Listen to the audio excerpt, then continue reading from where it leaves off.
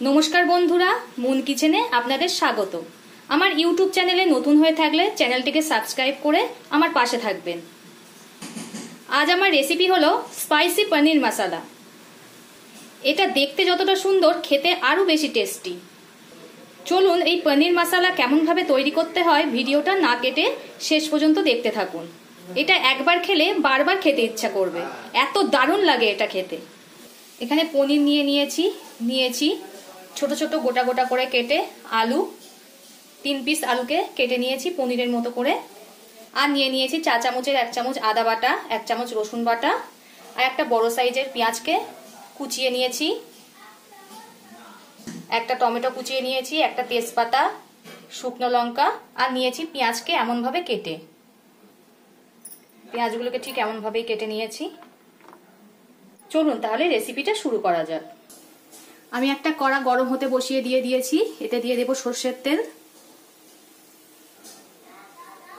তেলটা আমার গরম হয়ে গেছে। এতে দিয়ে দেব কেটে রাখা আলুগুলো। আলুগুলো ভালো করে লাল লাল করে ভেজে নেব। আলুটা প্রায় ভাজা ভাজা হয়ে গেছে। এমন সময় দিতে হবে অল্প করে লবণ, আলুটা যাতে ভালোভাবে নরম হয়ে যায়। আলুটা আমার ভাজা হয়ে গেছে। এবার আলুগুলোকে নামিয়ে নেব।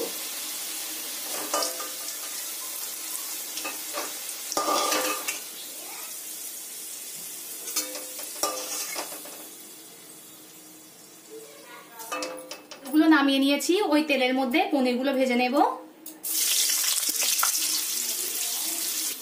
একটা বাটিতে জল নিয়েছি। এর মধ্যে দিয়ে দেব অল্প করে লবণ। এই লবণ জল করে রাখবো। পনিরগুলো এই লবণ জলের মধ্যে তুলে দেবো। যে লবণ জলটা করে রেখেছি ওই পনিরগুলো তুলে লবণ জলের মধ্যে দেব।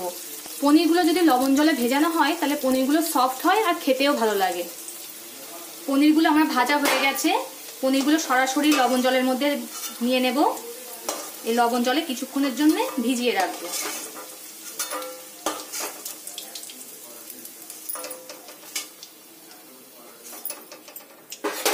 এই লবণ জলের মধ্যে ভিজিয়ে রাখলাম পনিরগুলোকে।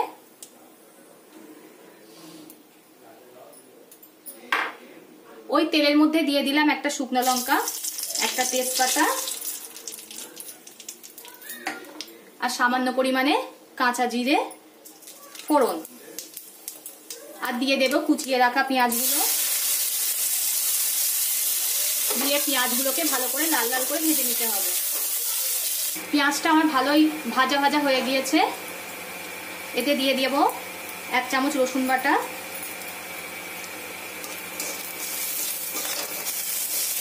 রসুন বাটা দিয়ে ভালো করে কষিয়ে নিতে হবে।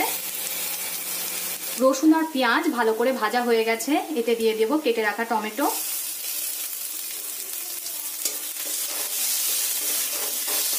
দিয়ে দেব ছোট চামচের 1/2 চামচ কসুরি মেথি,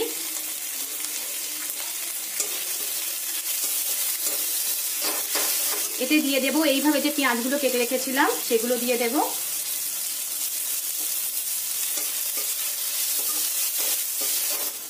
এতে দিয়ে দেব ছোট চামচের 1 চামচ আদা বাটা,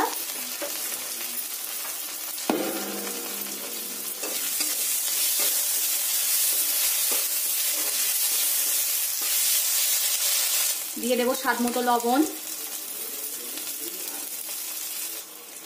পরিমাণ মতো হলুদ গুঁড়ো, 1 চামচ ভাজা জিরের গুঁড়ো, 1 চামচ ধনিয়া গুঁড়ো, দিয়ে দেব 1/2 চামচ কাশ্মীরি লঙ্কা গুঁড়ো। সব মশলাগুলোকে ভালো করে কষিয়ে নিতে হবে।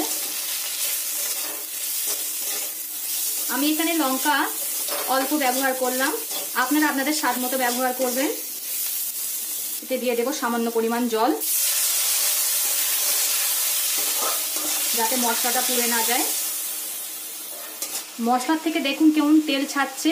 এমন সময় দিয়ে দিতে হবে ভেজে রাখা আলুগুলো।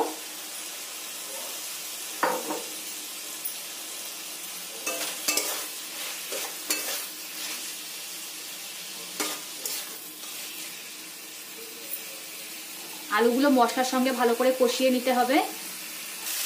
এই সময় দিয়ে দিতে হবে 2 চামচ ফ্রেশ ক্রিম।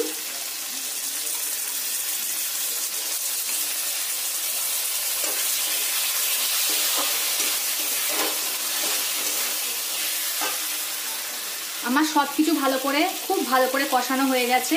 দিয়ে দেব জল।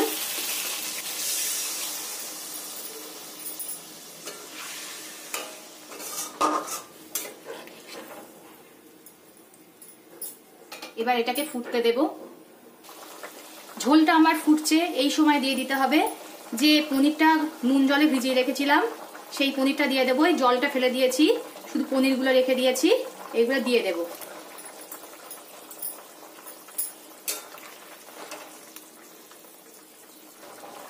ঝোল ভালোই ফুটছে, এতে দিয়ে দেব 1/2 চামচ চিনি, দিয়ে আবারও ভালো করে ফুটতে দেব। নামানোর আগে দিয়ে দেব 1/2 চামচ গরম মশলা গুঁড়ো, দিয়ে ভালো করে নাড়িয়ে নামিয়ে নেব।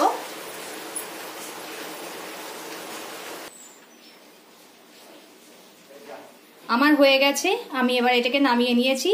এটা কিন্তু দারুণ লাগে খেতে, আপনারা বাড়িতে একবার ট্রাই করে দেখবেন। আমার ভিডিওটা ভালো লাগলে লাইক ও শেয়ার করে দেবেন এবং কমেন্ট করে জানাবেন আপনাদের মতামত। পরবর্তী ভিডিওতে আপনাদের সঙ্গে আবার দেখা হচ্ছে।